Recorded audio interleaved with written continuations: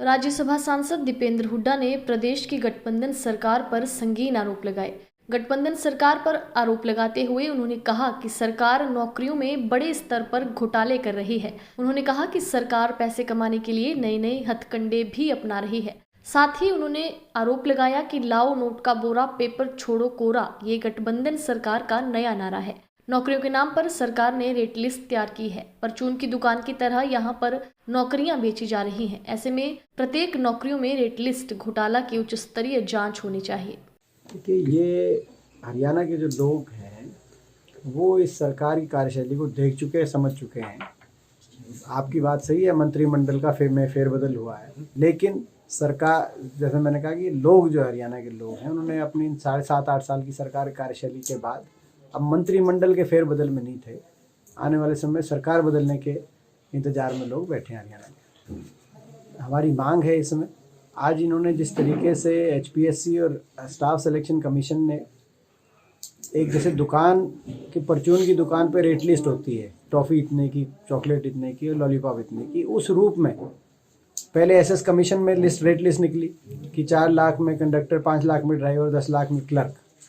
और अब जब रेट डली HPSC में, तो ना सिर्फ HPSC में दफ्तर में पैसे करोड़ों रुपए, 1 करोड़ से ज़्यादा तो दफ्तर में मिले, और रेट लिस्ट जो निकली कि जो डेंटल सर्जन है उसके 35 लाख, HS प्रीलिम के 40 लाख, अपना स्टाफ नर्स के 20 लाख, ANM के 10 लाख। तो ये जो रेट लिस्ट के रूप में इतने जिस प्रकार से खुला घोटाला जो सामने आया है, उससे आज हरियाणा का हर नौजवान अपने आप को ठगा महसूस कर रहा है। हरियाणा वो प्रदेश में मुख्यमंत्री सवाल पूछता हूँ खट्टर साहब से कि भारत सरकार की नीति आयोग की, मोदी सरकार की नीति आयोग की रिपोर्ट के अनुसार बेरोजगारी भारत सरकार के अनुसार आज हरियाणा में आई है, तो उसकी जिम्मेदार कौन है?